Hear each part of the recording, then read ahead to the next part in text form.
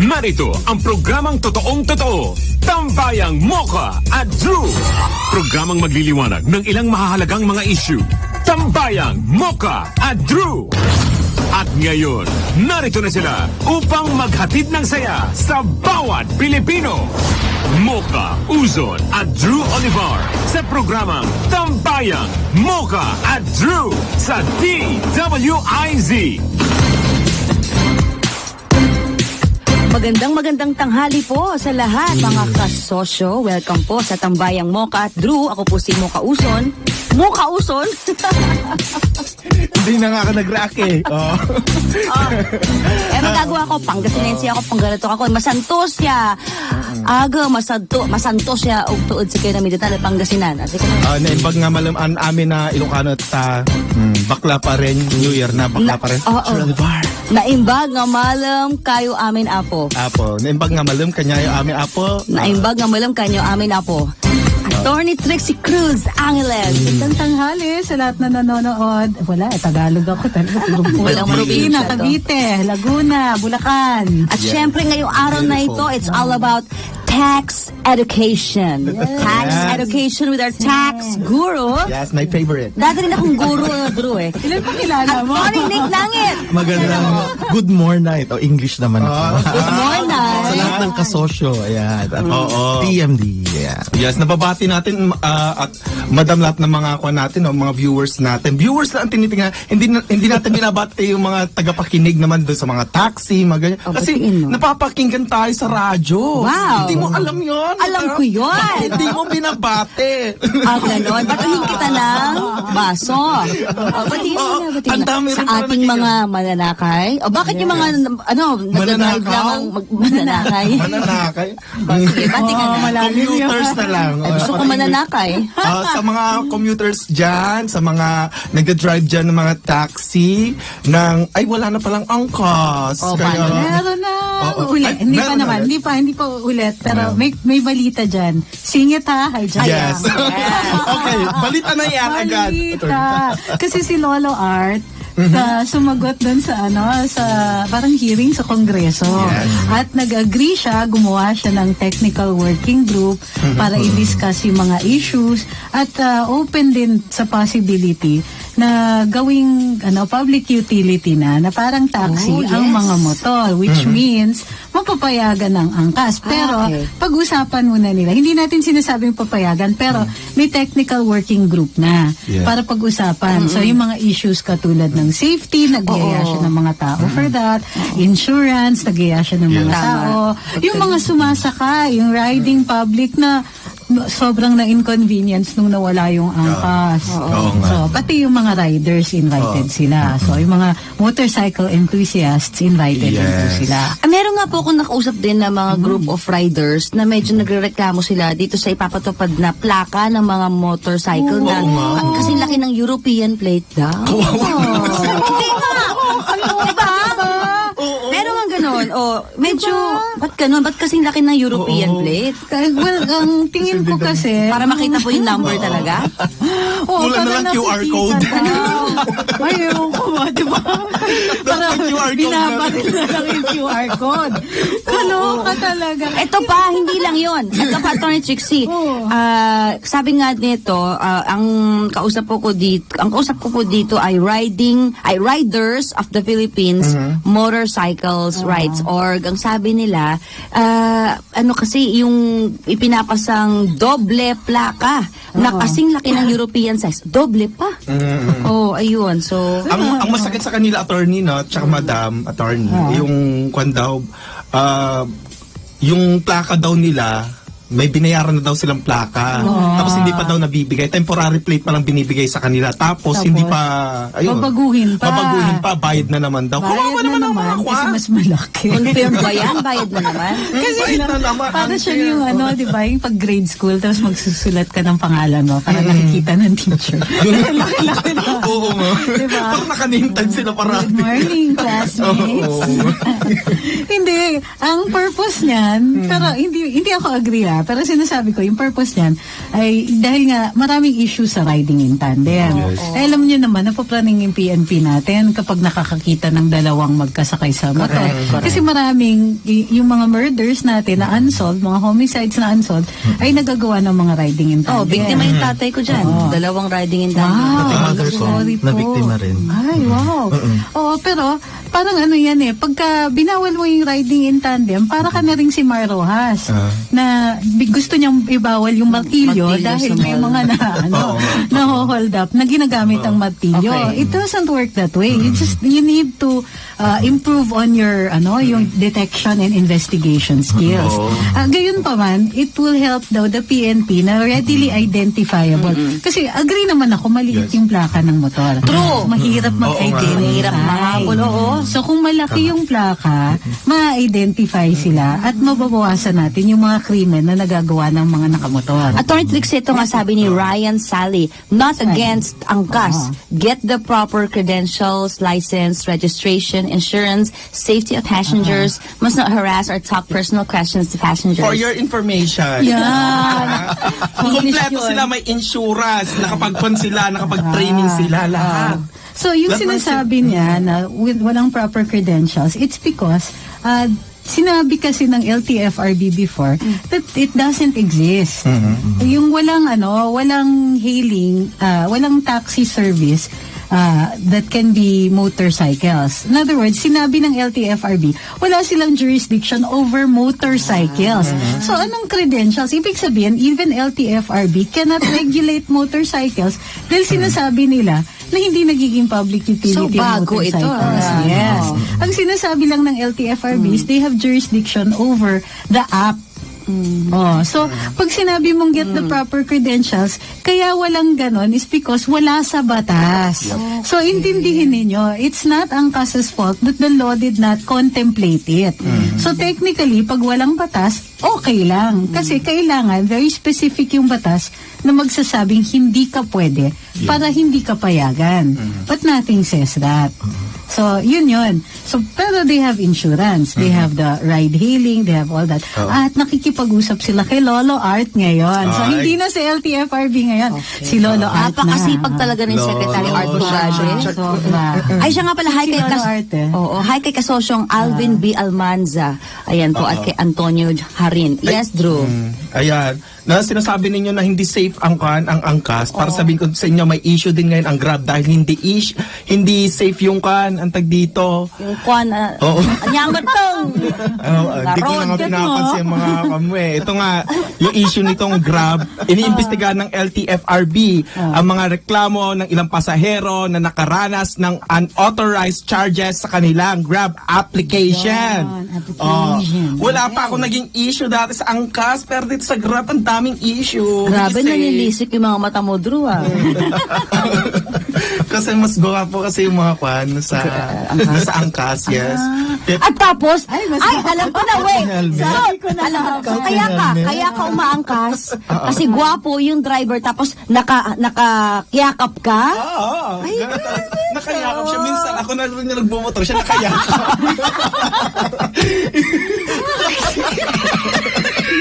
Ay, magpa-regulate ka muna. Kasi Maalam madam ka kay Lolo Art. sa Grab parata ako nagka-cancel kapag pangit, kinakancel ko talaga. Ay, di ba may charge yun? Pag nag-cancel, okay lang Ay, sa'yo. wala. Unlimited, pero minsan hindi ka nabibigyan ng Masyado, early, early cancellation. Grabe talaga ito. Ano kay? Tsaka safe yan, madam, yung kwan sa angkas, para sabihin ko po sa inyo, kapag nadisgrasya ka sana, ayan, sa kwan, hindi naman sana. Tapos meron silang emergency, madam, the fastest ambulance. Oo, angkas Ay, din. oo. Angkas din na Yung kanila, silang pupunta, angkas re-respond din. sa inyo na parang Galing bibigyan ng naman. first aid. Bongga, diba? Magkano ang binayad sa'yo? Walang bayad dahil Baka nagpapaboost din yan ay hindi, sa'yo. madam. Kasi Hindi, ako, may gwapo kasi sa angkas. nauubos Mabilis kasi ang pera ko, kakagrab. Ang layo ng kan. Kapag angkas, di ba? Uy, teka lang ha. Nananakawan ko po yung... Uy, grabe ka. Batiin ko lang po si Ate Margie from New York City. Kasosyong Ate Margie. Hello po, Ate Margie Lapiez. How are you? Kanina ko pa bati ng bati. Ako din, babati rin ako kay Bumati ka. George Michael. Oh, salamat. Okay. Nine. Michael. George Michael. Pangalan niya talaga. George Michael. Wow! Yes. Oh, share naman po dyan. Oo, ipa-share po. Oo. Ay, teka lang po, ano, bago tayo dumako sa ating tax education. Ay, nako, yung kaibigan mo kagabi, nag-live na naman. Sino? Ay, oo. Ha? Christita. Buti na lang, nakatulog ako ng 16 hours, hindi ko nakakuha. Oo, nag-live na naman Tony Trixie, napanood mo ba? Yung... Ay, oo. Live na naman. Diniscuss ko yung live niya. Oo, Napapaliw parang yan. nabubuwang na attorney. Pero may bago. Tinanggal na yung nawala na yun. Ay, wala. Medyo konti na lang. Parang siguro nasabihan siya ng coach niya na sinasabi niya nabawasan na kunyari. Alam nyo, kasi ganito yun. Sabi nga ng brother ko, sa dulo nila. Diba? Ano ba yung sinabi ni TP ang pambansang kambing? Oo. Di ko sinasabing siya yon ha. Tawa tayo kayo dyan. Parang parating may electric sa harapan niya. Madam. Alam mo, pag Bakit? kumakanta tayo dati na, Kaya nako, ito ano muna tayo magpapa-survey tayo sa ating mga netizens. Ayan, sabi kasi ni Chris Aquino, magpapalakas siya. Kasi nga dahil sa itong ginagawang pang-aapi sa kanya, sabi niya noon daw wala na siyang balak pang i-entertain itong yung pang 2022. Okay, so sabi niya, pero maghanda kayo. Magpapalakas ako para sa 2022. Ito yung sinabi niya. Sige. Note ko siya. This has to do, remote muna tayo, with 2022. Alam ko naman na sila ang pumupondo doon sa mga trolls. Attorney, sorry lagyan mo naman ng konting... sa dulo. Hindi ko kaya. Isa lang. Wala akong lahing kambing. Sila ang pumupondo doon sa machinery now backing Nico. Di nila nagiget. I am not healthy enough for 2022. But let's be honest. Sa ginawa niyo sa akin, magpapalakas ako. Ay, ayun na. Di ba? Tuloy mo ka, Ay, attorney, naku. meron pa yung pon. ako daw yung teddy bears yung katabi niya. Care Bears. Si mga Care Bears. O, tanungin na natin yung mga netizens natin. Kayo ba, kung sakaling tumakbo itong si Chris Aquino sa 2022, iboboto nyo ba? Kung yes, heart. Kung no, laughing face tayo. Mag-react na ako dito.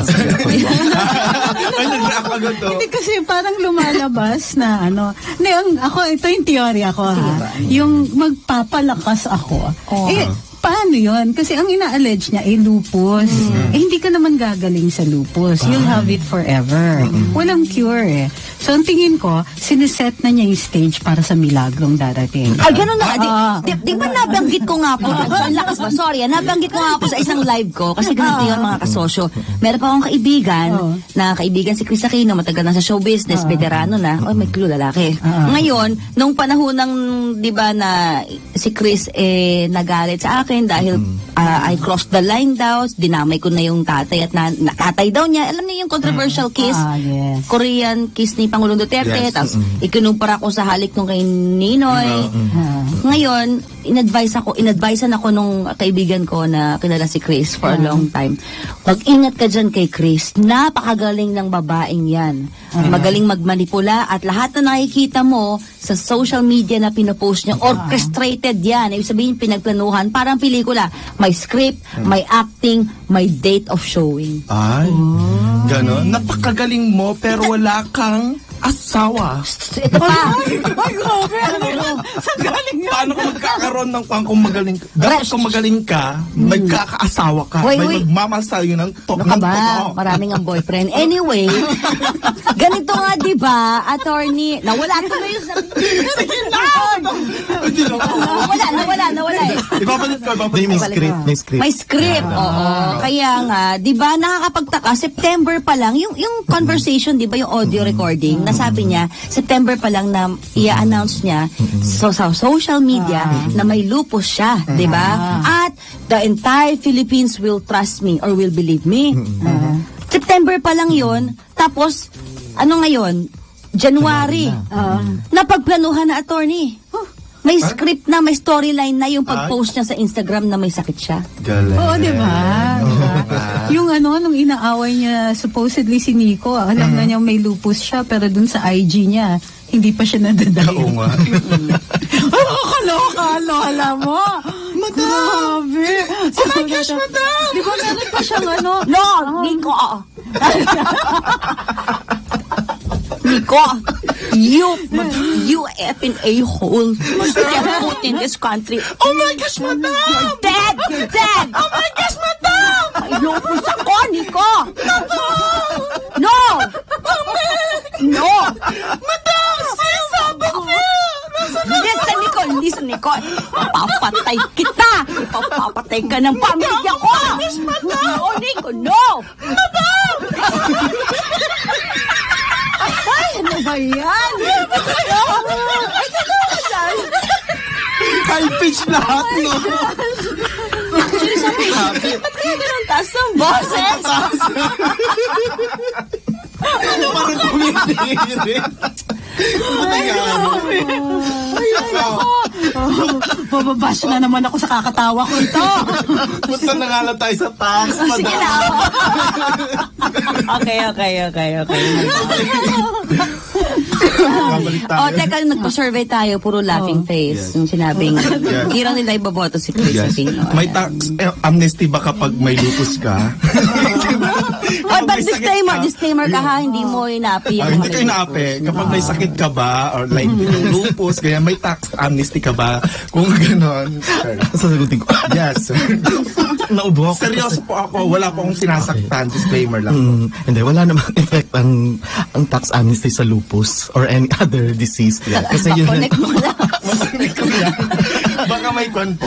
hindi, kasi ang tax amnesty nga apply naman pag hindi ka nakapagbayad ng mga taxes, hindi dahil may sakit ka or nagsasakit-sakitan ka. Eh, pero Attorney Nick, yung Lalo pa. pagbenta ni Drew ng mga coffee table book, itatax din ba? Kung una, kung lumagpas siya ng 250,000 hindi for na. the year, talaga kung hindi nga nakakabenta. Hindi, naka-100 na. Naka-100 pala. Oh. 5 times 100. 200. Mama yung patas, ma'am. Ako niya na. Okay. Ako na naman ako. Pag hindi siya lumagpas ng 250,000 plus the 92,000 pa na CD. Ayan, ako napakabilis ng oras. Maraming salamat po. Okay. O, sa tax na po. O, tax na tayo. Kung may katanungan po sa tax, ang ating tax guru ay sasagutin ng inyong mga katanungan. Welcome to Tax Education. So, anong topic natin? Attorney Nick, dinidiscuss dapat natin kasi mayroong referendum on the 21st sa Bangsamoro Organic Law. Yeah. Diba? So, Oo nga po. i-discuss ni Attorney Nick. Meron kasing problematic provisions dun sa BOL on Yes. tax. So, kailangan malaman ng taong bayan. Lalong-lalo na yung mga nandoon na mag-vote dun sa referendum. Opo. Yan. Kasi yung Bangsamoro Organic Law, batas na kasi siya, di ba? Na pinirmahan na ni President Duterte. May mga provisions doon na medyo questionable. Okay? Na kailangan bantayan natin. kailangan Kasi bantayan. baka i-challenge eh. Kasi I'm sure i-challenge yan sa Supreme Court, yung constitutionality. Kasi briefly, yung mga provisions doon sa Article 12 ng Bangsamoro Organic Law, sinasabi doon na pwedeng mag-create ng sariling revenues ang Bangsamoro Autonomous Region or BAR. So, pwede sila mag-create ng sarili nilang taxes. Okay? Hindi lang nila pwedeng galawin, for example, yung Malamang fees yun, hindi taxes. hindi, nakalagay taxes eh. All forms of revenue eh. So, ang hindi lang nila pwedeng galawin, yung national income tax, tapos yung excise tax, yung VAT, at saka documentary stamp taxes. Pero they can create their own forms of revenue. Ngayon, kailangan din makipag-coordinate sila sa national government. Kaya magkikreate ng Intergovernmental Fiscal Board. So ito ay composed of yung from the Bangsamoro Autonomous Region at saka Department of Finance natin. So mag-uusap sila kung ano-ano ba yung mga taxes na pwede at hindi pwede at kung paano yung modality, ibig sabihin paano yung proseso ng pagkolekta dyan, pagbabayad. So in other words, very autonomous talaga sila. Kasi ang nakalagay sa natin, sa batas na yon ay meron lang supervision ang national government pero walang control. Okay, so kaya nilang gawin kahit ano, di ba? Ngayon, tama nga si Attorney Trixie, magkakaroon din ng constitutional infirmity, may possibility. Kasi basic rule natin sa ating saligang batas na hindi pwedeng i-delegate ang taxing power. Yan ay isang kapangyarihan ng Estado na hindi pwedeng ipasa kahit kanino. Kaya nga, sa atin, ang local government units natin, nakalagay sa saligang batas, pwede lang sila mag-impose ng mga taxes kung yan ay nasa batas. Kaya nga nagkaroon tayo ng local government code. Para doon nakasaad kung ano-ano yung mga taxes, fees, permits na pwedeng singilin ng mga local government units gaya ng probinsya, munisipyo, city at saka barangay. Okay. At saka nakalagay din sa saligang batas natin yung creation ng Autonomous Region in Muslim Mindanao, ARMM, at saka yung sa Cordillera. Pero walang nakalagay doon about Bangsamoro. Walang nakalagay. In fact, yung presidente natin, binibigyan lang siya ng power to fix lang yung rates within certain limits at saka may range. For example, sa customs duties, may limitasyon lang. Oo. Pero hindi pwede ang Pangulo mag-i-impose ng tax. Kaya nga ang tax magagaling sa Congress. Sa House muna bago sa Senate. Pero wala ang presidenteng kapangyarihan doon. Itong organic law ng Bangsamoro, ina-allow sila na mag-create ng sarili nilang revenues. Pag titingnan mo yung constitution natin, di ba dapat under sila ng constitution? Anong kapangyarihan ng Bangsamoro para mag-create ng sariling revenues kung hindi naman pinapayagan ng saligang batas? So medyo magkakaroon ng question doon. Ganun ba? Magpapilabisito na po, hindi po Yun ba? na nga. Yun na nga. Yun yung concern natin kasi in general gusto natin pinupush ni Pangulo itong BOL. Kaya lang ang feeling ko is kakamadali dun sa pag-draft may mga provisions na problematic. Yes. Pwede naman kasing i-declare na unconstitutional yung ibang provisions ng batas dun sa Korte Suprema nang hindi naman maaapektuhan yung iba. So hopefully ganun po yung mangyari.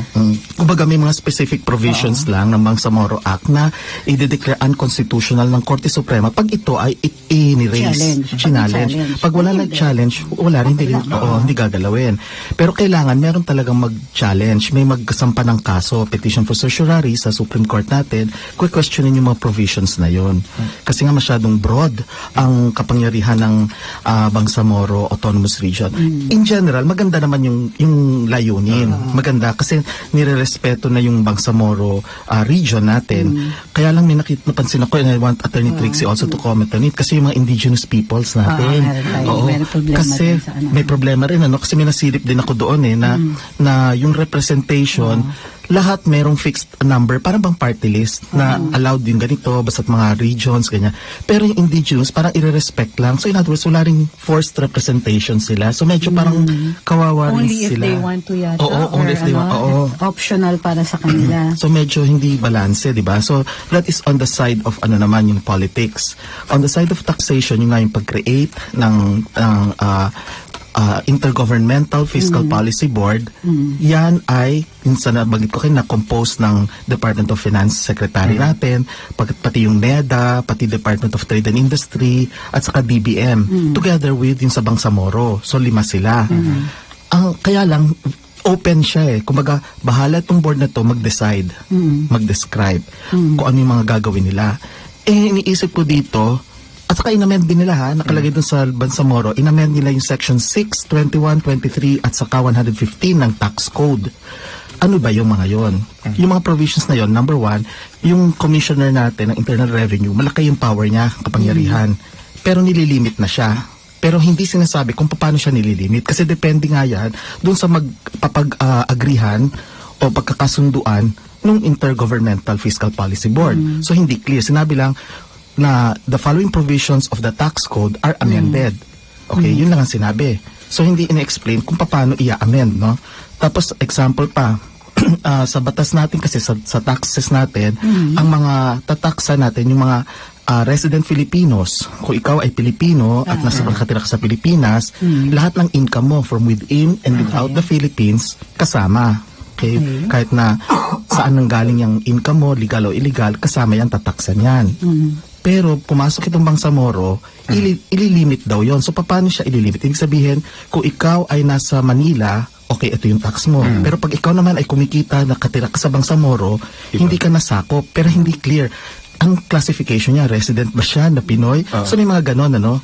Unlike kung mga OFWs, clear yan. Pag OFW ka at nasa ibang bansa ka ng more than one half of the year, ikaw ay considered non-resident Filipino. So wala kang tax sa Pilipinas. Magbabayad ka sa abroad, dito wala. Ang babayaran mo lang dito kung meron kang kinita sa Pilipinas. Pero pagdating sa Bangsamoro, kung ikaw nakatira doon, medyo magulo kung paano ba talaga, no? Tapos ang isa pang inalis yung yung pati yung filing, hindi mo rin alam kung kailan yung exactong filing kasi masyadong broad yung kapangyarihan ng policy board kung paano yung filing. So, hindi clear siya, no? At sa pa, yung conventions, kasi nakikipag-agree ang Pilipinas.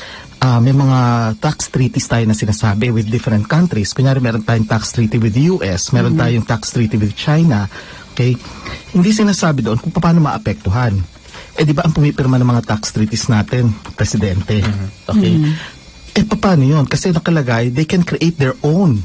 Yung Bangsamoro, own conventions, own treaties. So makikipag-coordinate sila with other countries. Anong effect ngayon nun sa tax treaties natin? Yan ba, i-ratify pa ba? Or ang presidente ba, may say dyan? So hindi masyadong clear yung mga parts na yun. Pero pwede pa pong ayusin yan kung kahit na naipasa na, pwede pang ano. Pwede pa naman. Basta i-challenge mo. Oo, i-challenge lang. Challenge natin. Kasi ang pag-uusapan lang naman dito, yung if they agree to the organic law, di ba?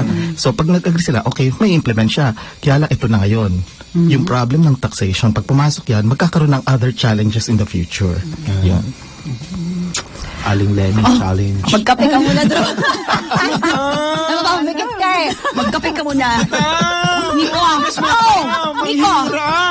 Have some coffee, Nico! Why did you eat there? Why did you eat there? That's against our contract, Nico. Why did you eat here? Why did you have coffee there? Huh? Why did you use my credit card? Madam! Okay. Ito, basa-basa muna tayo, ha? Ha? Ano? Yung comment? Kapag hindi mo nabasa, ipapapasigat sa Hindi, ano kasi ito eh. Sabi nga, may nag-comment dito, nagiging magkamukha na raw kayo, Drew, at saka ni Attorney. Oo nga. Ang swerte Uy, ko naman. napansin niyo ba yung hair color ni Drew Oo, ngayon? ang ganda. Grabe, ang ganda. Parang green na greenish. Hindi, binili ko lang clay lang yan, madam. Parang ang color niya is yucky green. Wow! Nakakahiya naman sa buhok mo. Hindi, grabe ka naman, nagbibiro lang naman. Kanina ka pa eh. Pinapunta tayo. No, Nico, no! No! No! Sit, Nico, sit! Sit, Nico! Sit! Roll! Love you, madam. Ay, meron tayong laro. Ayan, oo. Ating Gusto ko yan. Pulpulya sa kongreso. Kaso. Wala ka sa kwan. Ano ba? Ay, siya nga pala mamaya ha, sa pagbabalik natin, pag-usapan natin itong komento ni Bishop Bacani kay Pangulong Duterte. Challenge niya si Pangulong Duterte na maglakad sa kalsada ng walang bodyguard. Ngayon, mamaya-maya, babasahin natin yung comment ng ating mga netizens. Ano po ang inyong opinion sa challenge itong si Bishop Bacani kay Pangulong Duterte? Maglakad ka sa kalsada, katulad namin, sabi niya na wala kang bodyguard. Tignan natin kung gaano kakatapang. China-challenge din kita, Bishop, na wala ka dapat mga alipores doon sa kwan mo. Yung naghahawak ng mga ostya, maganda. Altar boy? Altar boys. Mag-isa ka lang. Yun. So, Break po muna tayo. Wag po kayong alis, mga kasosyo. Ito ang tambayang Mocha at Drew. Ako po si Mocha Uson. At ako naman po ang bakla ng tao, Drew Olivar. Attorney Trixie Cruz Angeles. And our tax guru, Attorney Nick Nangit. Magbabalik po ang tambayan. Muli nating balikan sila Mocha Uson at Drew Olivar sa programang Tambayang Mocha at Drew sa DWIZ. Welcome back po mga kasosyo. Ito po ang tambayang Mocha at Drew. Ako po si Mocha Uson. Oh my gosh, madam! Drew Olivar. Nico! Nico! Nico Colam. Attorney Trixie Cruz Angeles. At ang ating tax guru, Attorney Nick Nangit. Magandang tanghali rin. Bago tayo magpatuloy sa tax, kanina po kasi pinag-usapan natin na humihingi tayo ng mga komento ng ating mga netizens sa challenge ni Bishop Pacani kay Pangulong Duterte na maglakad daw sa kalye na walang bodyguard. Ay, nako, diba? Actually, nag-comment na nga po ako sa Facebook. Ito ang comment naman ng ating mga netizens. Oo. Yung- Sabi, teka lang, sabi ni kasosyong Grace Bermudez Fredeluces, sana puntahan ni Tatay D ang si Bacardi tapos hamunin ng suntukan. Ay, baka para sabihin ko sa'yo, si Pangulong Duterte nga, sumasakay dati sa taxi doon sa Davao, walang ka-bodyguard, nagmumotor pa yan, mag-isa siya. Nagtataxi Nagtataxi siya. Nagtataxi Siya yung nag-drive. Kunwari, diba? Nagpapanggap na taxi driver. Actually, si Tatay Digong, sa totoo lang po, di ba dati tayong sumasama sa kanya, ayaw niya ng may security. At kahit na may protocol, halimbawa ng security, ganyan, pupuntahan pa rin niya yung gusto niyang puntahan. Katulad after nung second zona niya, di ba nagpunta si Pangulong Duterte sa labas, pinuntahan niya yung mga nagrarally doon, ang mga aktivista. Kahit nung first, diba? Oo, pero yung pangalawa, mas delikado dahil ito, anti-Duterte na yung rally ng mga komunista doon. Sabi ng mga PSG, hindi pwede sir. Pero wala silang nagawa, talagang sumakay kaagad sa sasakyan, dumiretso doon sa labas, entablado, kahit sumisisigawan na siya ng mga tao doon, kahit binubu siya, tinarap niya face to face. So, ayun nga sabi nga nitong ating mga netizens dito, sabi ni Alos Vads Andaya, bakit president ba si Bacani? Layo naman para ikumpara niya sarili niya. Ito rin yung difference Ang mga pare, 'di ba? Ano yung pinakabatikos natin sa kanila? Yung pedophilia. Diba? Ang mga biktima nila, Bata. mga bata, mahihina. Nakakaganti ba yan? Ang mga binabangga ng Pangulo, drug lord, Kaya nga. sindikato, NPA. Hindi sila pareho. Huwag naman ikumpara, para tuloy iisip ko, ano ba talaga yung gusto mo? Diba? Talagang gusto niya lang talagang ipahamak ang Pangulo natin. At saka hindi pwedeng lumabas yan ng walang security. Dudumugin niya ng mga magpapaselfie. Correct. Mas nakakatakot yung dami ng gusto magpa-selfie. Kasi po, Tony, nung sa Doha, Qatar, na nagpunta si Pangulo doon para sa kanyang official visit. Tapos po, may Filipino community meeting, 6,000 sa napakalaking auditorium, napakalaking venue. Nasa stage na si tatay, nakaupo na siya kasama ng mga delegation bago mag-start ang programa. Merong isang Pinay, OFW natin, lumapit sa harapan ng stage, gustong abutin yung kamay ni Tatay Digong. Ito naman si Presidente, wala siyang tinatanggihan Tumayo pa siya mula sa upuan niya, lumakad pa harap, inabot yung kamay. Na-excite si ate. Nung pagka-shake hands, nahila niya. Di biglang takbuhan yung mga PSG kasi muntik nang mahulog. So, kung wala magbabantay dyan kay Pangulo at saka Bishop Bacani, i-challenge mo siyang maglakad sa kalye, tutumugin talaga ng mga magpapaselfie yan. Ako nga, madam, nung Christmas party, di ba? May PSG doon, talagang.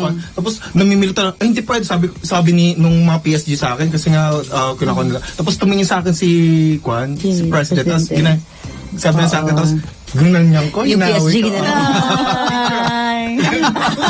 Ganun talaga. Ang bait ni Pangulong Duterte, hindi siya natatakot. Kahit ganito yung pagmumukha ko, na may nakakatakot, na parang nanakao. Ay. Hindi. Ibig sabihin, ganun si tatay. Wala siyang hinusgahan. Kaya nga, yung PSG, Kaya hirap ng iboto trabaho ang nila. kasosyo. Yes. Salamat po! Salamat po, mga kasosyo. Diba? Ayan na nga. Sina-challenge kita baka nila iboto mo ang kasosyo. Yun yun. Ano, magbakla talaga. Bakla! Basahin mo yung comment ng ating mga netizens. Oo, kasi, ay, ito, sheka lang ha. Binabati ko pala si kasosyong Arian Tabakero. Si Arian Tabakero po, anak po yan ni General Tabakero. Opo, flight attendant po siya ng PAL. At siya po yung nag-viral sa Facebook kasi nag-post siya sa Facebook kasama yung mga Marawi soldiers na nasa airplane na dinala ni Pangulong Duterte sa Holy Land at sa Jordan. Yung mga heroes. Oo na, yun yung binatikos nung sila, alam mo na, sila pa-boost. Na bakit mahalaki ng entourage, 400 daw. Exage yun. Unang-una. Compare naman sa kasal mo. Wala entourage. Tapos na ba? Kasal niya? Anyway, exage yung entourage na sinasabing 400. Tapos, yun, sinabi nga lang ni Miss Arian na ngayon tayo nagkaroon ng presidente na ibinabiyahe itong mga ang mga wounded heroes soldiers. natin. In fact, attorney pala, karamihan pala ng mga sundalo natin, walang passport, hindi pa nakakalabas ng bansa. Ever. Dito lang sa mga probinsya, sa mga kampo-kampo. Anyway, hello po, kasosyong Arian Tabakero. Oh, May security. Hi, Ma'am Arian. Ito, may comment, madam. comment, basahin mo. Po, my securities, need securities to control the crowds, ganyan. I-challenge din namin kayo ha, baka ni kapag next na may translation, no, walang security. Kaya niyo yun? Ha? Pero napag-usapan niya rin yung Marawi heroes. Babatiin ko lang yung Yes, isa sa please. kanila, Lieutenant Colonel Mon Almodovar. Hello, Nandito na siya sa Lieutenant Manila. Colonel Mon. Okay. At maraming salamat para dun sa ginawa mo dun sa Marawi. Okay, tax na. Yan. Eto, hindi may tanong ay connect nga natin ito. Attorney Nick Nangit. Yan. Attorney Nick, di ba pwedeng sabi nga ng mga ka-DDS, mga kasosyo dito, di ba pwedeng taksan na yung simbahan? Oo. Actually nga, yan nga ang problema. Kasi, di ba gumawa tayo, nagkaroon tayo ng consultative committee para mag-draft ng federal constitution para sa republic natin. Natapos na yon, di ba? Isinabit na nila. Kaya lang, nanguna naman ang House of Representatives, di ba? Meron din silang sarili nilang version. Ngayon, tingnan muna natin yung federal constitution na dinraft ng consultative committee. Tinignan ko yung tax aspects on, ni-retain nila.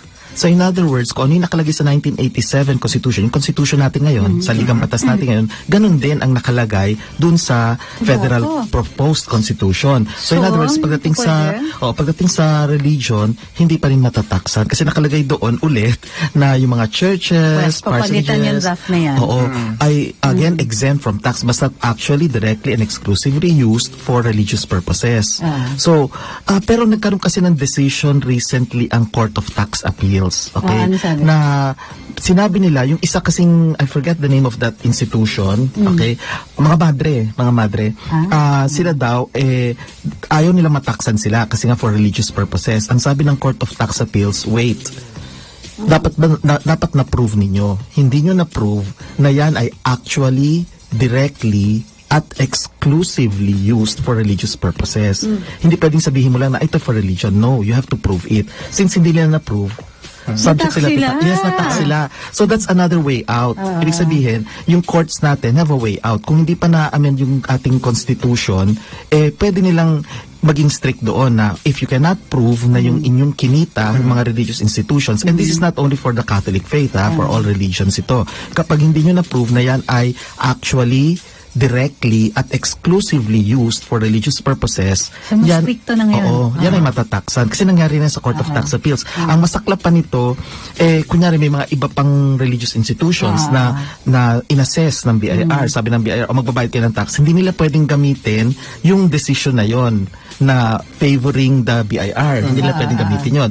Ang mangyayari niyan, talagang maniningil pa rin sa kanila. And the BIR can use the same decision in favor of the government para makakolekta. So, ngayon, ibig sabihin, nagbabago na rin yung ihip ng hangin ngayon. Oo, nagbabago na. Medyo nagiging mas stricto na tayo dun sa mga religious institutions. Hindi na kumot sabihin nila na, ay, for religion kami. Automatic yes, tax exempt sila. Medyo stricto na ngayon. Pero para mas institutionalize, kasi mahirap yung, depende kung sino yung nakaupo sa BIR, baka mapalitan na naman, di ba? So, para institutionalized siya, dapat talaga maamyandahan yung constitution. Right now, ang saligang batas natin, di ba, may proposed nga na federal constitution, kinary over lang yung dating provisions. Walang pagbabago pagdating doon.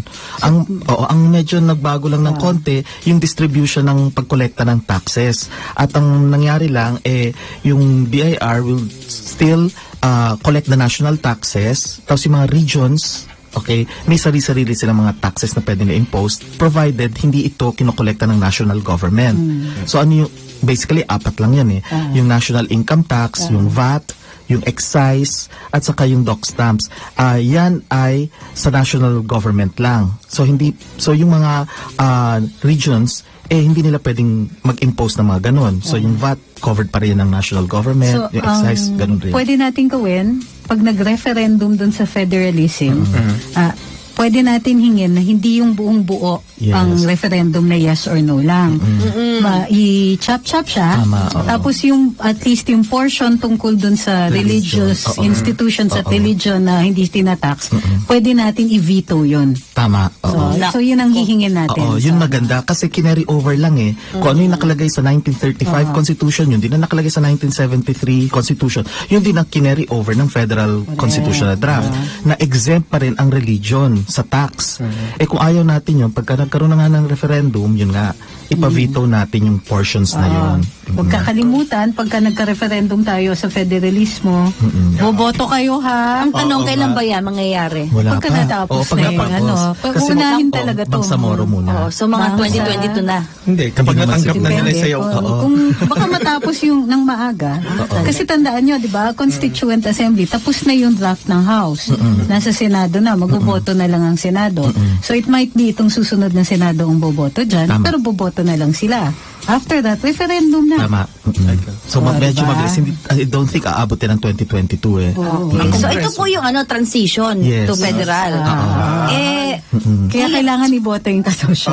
Hindi ko nagbibiro Kaya nga. totoo yan. At Tama. saka si Pangulong Duterte, alam naman natin na isusulong niya yung kailangan isulong Alam natin yun. At tayo po ay yan nga po. Ito na yung panahon para sa tunay na pagbabago at yung pagbabago na sinisulong ni Pangulong Duterte bukod pa sa anti-corruption, anti-criminality, anti-drugs, yan po yung federalism.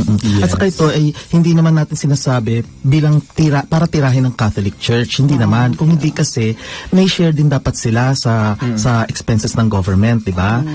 For so many years, nung time na yun kasi may reason kaya ganun ang nakalagay. Kasi nga may conflict before pa yan. 17th century pa yan. Pero ngayon kasi, it's about time na rin na tataksa na rin sila. Kaya lang, nasa saligang batas natin, exempted pa rin sila. So, it's about time na pati sila ay mabuwisan na. Tama na. Oo.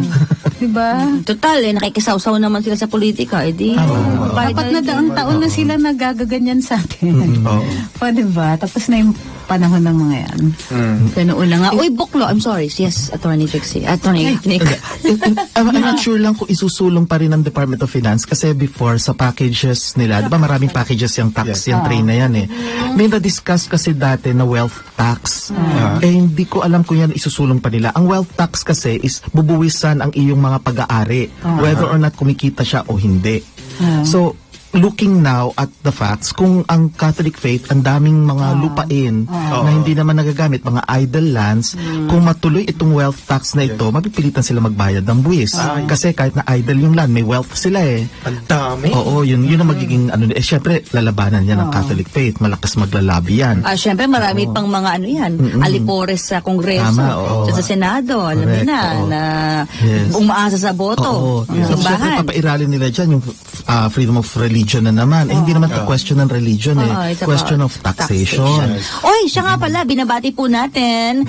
Hello naman sa CMO Battalion, kina Corporal Joven at Lara. Hello po. At pakigreet din po si Queenses at Hiyas. Pati kina Mark Pantaleon, belated happy birthday to Zach. Yaon. Oy! Bakla, alam nyo, ang dami pong comments ngayon. Basahin mo naman sa netizen.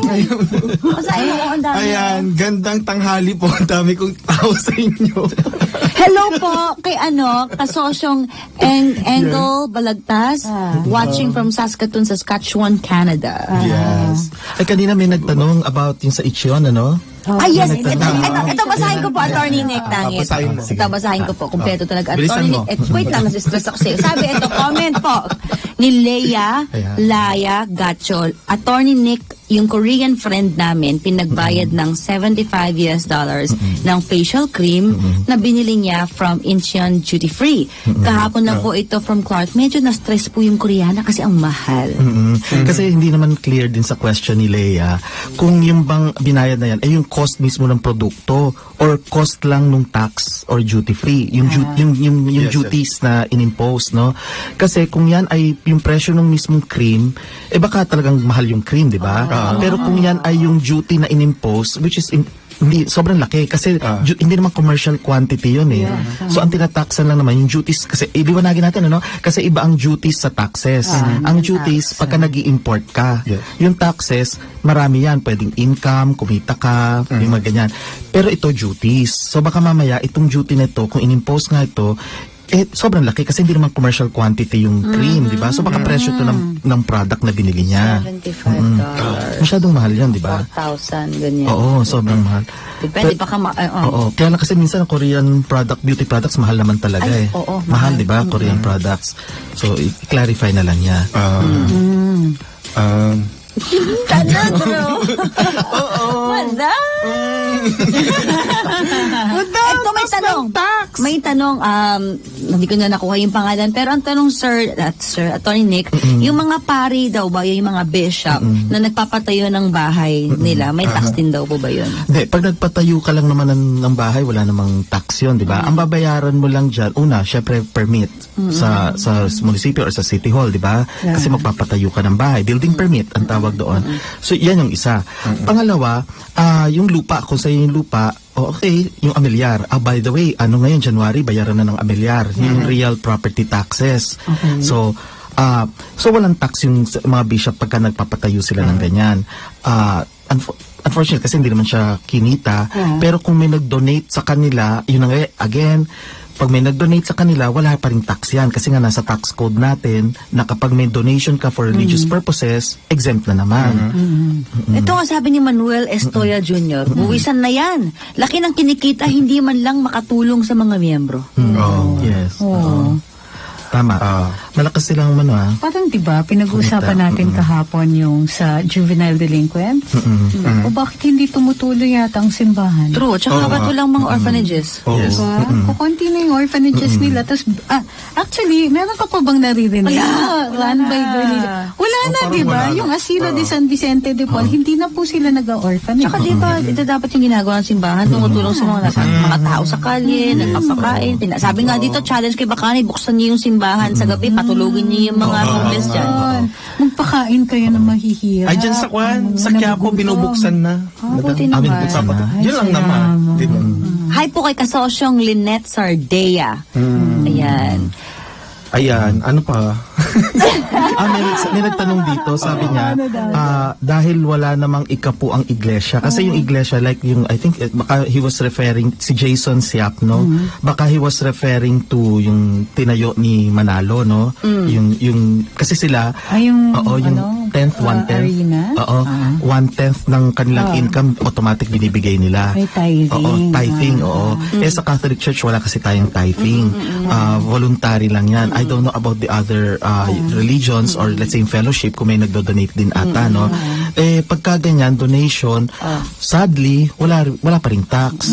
Kasi nga for religious purposes. Although hindi naman pinapakita talaga ng mga institutions, mga religious institutions, kung saan pumupunta yung pera. Kasi may mga iba, ito I know for a fact, kasi I was part of a religious organization before, na yung mga perang pumapasok sa kanila, hindi naman lahat talaga ginagamit nila for religion. Yung iba, pinambibili ng kung ano ng mga gamit o kaya let's say sasakyan na mamahalin kasi daw wala daw silang vow of poverty. May mga ganyan sila eh. Doon ako meron palang gano'n na walang vow of poverty. Meron gano'n. So, kasi meron pa nga ako nakitang bishop dati na ang daming singsing na mamahalin. Jesuits, di ba? Hindi wala namang vow of poverty. Pinapahalikan pa nga yung mga singsing. Di ba? Di ba? Oo, Kasi saan nila kukunin yung pambili ng mga yon, di ba? Kung wala naman silang kinikita, so malamang nagagamit sa donation ng mga parishioners o yung mga pumupunta sa simbahan. Tapos hindi naman sila natataksan. So medyo nasan yung actually directly and exclusively used. Yes. In fact, pwedeng pwedeng mag-assess ang BIR dyan on its own. May comment lang po from mga kapatid nating Iglesia INC. Sabi ni Mariza Alburo Ibanez, hindi po 10% ng abuloy na iglesia. Kusang loob lang po. Sabi ni Ben Kaitmin GBM, excuse me, voluntary lang din sa INC. Okay. Yes. Yung ano pala, voluntary. sa kanila. Yung Seventh Day, yung Mormons pala yung merong tithing. Latter-day Saints. Latter-day Saints, sila yung merong 110. Oo, tama. Sabi rin ni Zinmina Pineda Kayanan, kusang loob po sa iglesia. Okay. Ayun Hindi nga. pang iglesia, hindi nakikialam kahit may ikapo, di ba? Pero ano sila, di ba? Black voting sila, di ba? Black vote. Ayun pala, speaking of black, naalala ko lang, yung sa Bangsamoro kasi, magbibigay na ng tinatawag na annual block grant. Ibig sabihin, from the National Internal Revenue Tax Collections, ibig sabihin yung BIR, kung ano yung makukolekta nila, may porsyento doon na pupunta sa Bangsamoro region. Kasi automatic na yun, block grant ang tawag nila. So, in other words, makikinabang talaga yung Bangsamoro region dahil doon sa makukolekta ng BIR. Bukod pa yan doon sa share nila sa fossil fuels at saka uranium na makikita sa Bangsamoro. Bukod pa sa share nila doon sa ibang national taxes. Yun. 75% goes to Bangsamoro, 25% mariretain sa national government. So malaki ang maitutulong sa Bangsamoro. Okay. Yan. Hindi, sabi na, tama, yun, nabasa na po natin yung mga comment po ng ating mga kapatid mula sa INC. Opo. So, correction po, wala pong ganun. Voluntary po May sa nagtanong INC. si It's Megene Wareo, dalap ang haba ng mga. Hindi ko tama ba basa kasi. Engot ka talaga, ano ba sabi? Bakit kukuhanan ng tax ang simbahan? Exempted sa real property tax yan. Magbasa ka nga ng RA 7160 para alam mo kung ano ang mga may exemption. Okay, clarify ko yun, Kasi, okay, ang pinag-usapan natin dito ay exemption from the tax code. Iba ang tax code sa real property code, sa local government code. Dati kasi local government code, meron yan, dalawang parts yan. Meron yan yung real property code at saka yung mismong local code. Dati yan. Pinagsama na yung local tax code at saka real property tax code. Pinagsama, ginawa ng local government code. Correct. Yung local government code, nandun yung sinasabi nito na real property tax. Yes, hindi nga sila exempt dyan. Ang pinag-uusapan natin dito para sa kapakanan nitong si Mr. It's Mega whatever, Dalap. Ang pinag-uusapan natin dito, yung walang exemption ang mga churches sa all taxes except nga yung real property tax. Pero from all taxes, kailangan i-prove nila na yan ay actually directly and exclusively used for religious purposes. So ano magbasa daw ng 760? Of course, alam natin yan. Na-discuss na natin yan dito. Local government code. So, alam na natin yan. Ang pinag-usapan natin yung tax code, hindi real property tax code. Iba pa yun. Pagmamaro kasi. Tsaka ang discussion dito is the proposal na i-tax ang simbahan. Tama. Kaya nga, kahit sabihin mo pang nasa batas na na non-taxable ang simbahan, na hindi pwede siyang i-tax, yun ang pinag-uusapan natin, na i-propose na i-tax na sila. So hindi mo pwede sabihin na nakalagay nga sa batas. Kasi, Yung batas nga yung gusto natin baguhin. Yung local government code kasi nakalimit lang, limitado lang. Ang pwede lang taxan sa simbahan at mga personages, yung real estate lang. Pero yung kanilang mga kinikita from donations o yung mga fees nila sa simbahan, mga ganyan, o kaya kung ano pang mga pwede nilang pagkakitaan, exempt. Ang sinasabi natin dito, kung sakali magkaroon ng federal constitution, tanggalin na yung provision na yon or isama na sila pareho ng ibang corporations na tataksan din sila. Kasi right now, hindi pa sila matax. Ang natatax lang nga sila, yung sa amilyar nila, yung real property taxes. Ay, batiin ko lang po. pahiya. Uy, batiin ko lang kasi meron po nanonood from Firenze, Italia. Hello po. Kay, buonasera. Dansky Altamirano from Firenze, Italy. Actually, DA Kasosyo volunteer po natin yan. Grazie mille. Buonasera, Ate Tapos Tangsky. may nagtanong din si Susan Lumpot, if I may read, na sabi niya, bakit mahal ang Catholic schools? Yan. Dapat lang magbayad sila ng tax. Yes, mahal nga sila. Well, because nga ang dami nila mga ino-offer na kung ano-anong facilities na wala sa public schools. Ngayon, pagdating sa pagbabayad ng tax, pagka sila ay proprietary, exempt ulit sila. Lower ang tax rate nila, 10%. Imbis na yung current na 30, 20 na lang, 10 na lang, 10%. Kasi nga sila ay private educational institutions. So, may tax pa rin sila. Although, yun nga, since may ano na tayo, free tertiary education, di ba? So, pwedeng mag-shift ang public sa public schools. Yung general public, mag-aral na lang sa mga public schools kasi free na, di ba? So, matatamaan talaga yung mga Catholic schools, di ba? Na sorry kasi yung privilege naman nila to operate is not perpetual. Ibig sabihin hindi yan forever. May limit yan, 50 years. Yan. Ay? Yeah, sa SEC 50 years lang yung kanilang prangkisa, yung kanilang charter. So kung renew yan, another 50 years, di ba? So, yun. Pero pwede rin i-disallow yung renewal for Oo. whatever reasons. Tama. Kung hindi na in the public interest, pwede rin. Kaya, Ito sabi ni Sarah Mercado, yung income dapat lagyan ng tax. Ang sweldo ng mga pare, ministro, obispo, madre dapat lagyan ng tax. Yun mga school na pag-aari ng religious group dapat lagyan ng tax. Ayun. kasi nga, unfortunately, hindi nila nire-reflect sa kanilang accounts yan or books of accounts na yan ay income ng pare. Kasi pagka nagbigay sa pare o mga fees, iba ang entrada niyan sa libro. Hindi nila nilalagay yan na income ng pare. Siyempre, ayaw nila ilagay yun. Kasi pag income na ng pare, natural, dapat tataksa yan. Kasi walang exemption pagdating sa tax ng individuals eh. Ang nakalagay lang naman kung ikaw ay resident ng Pilipinas or hindi ka residente ng Pilipinas. Kung ikaw ay Pinoy o hindi ka Pinoy, yun lang naman. Pari yan, Pinoy yan. Tapos nakatira naman sila sa Pilipinas. So talagang tataksan sila. Kaya lang, hindi nila ilalagay sa libro nila, sa books of accounts, na income. Ang Para sarap makatakas. din pala ng buhay nila para makahari. Masarap talaga ang buhay nila. Kaya nga may mga pari ako nakikita na palaging nasa spa o kaya nasa restaurant na mamahalin. Oo, yan. Ay, May mga may alam ako sa mga ganyan. Oo. Matagal ka na yata hindi nag-spa. Pakol. Correction. Ay, nakabilis ng oras, mga kasosyo. Bukas po ulit, magkita-kita tayo. Siyempre, alam niyo na, pag Wednesday, taxation day yan. Tax education with tax guru. Maraming salamat po, Atty. Nick Anytime. Nangit. Maraming salamat, po kami mga kasosyo. natutunan. At salamat po, of course, sa ating mga kasosyo na nakinig at nakanood din po ngayong araw na ito. Magkita-kita po tayo bukas dito po sa Tambayang Mocha at Drew. Ako po si Mocha Uson. Ayan. Pahiya po yung nagsabi ng engot. Drew Olivar. At Tony Trixie Cruz Gandang Angeles. tanghali, bukas po ulit. Meron din tayong karambola, 8 to 10 ng umaga. Ayan. Salamat po. Happy Wednesday! Sila Mocha Uson at Drew Olivar sa programang Tambayang Mocha at Drew sa DWIZ.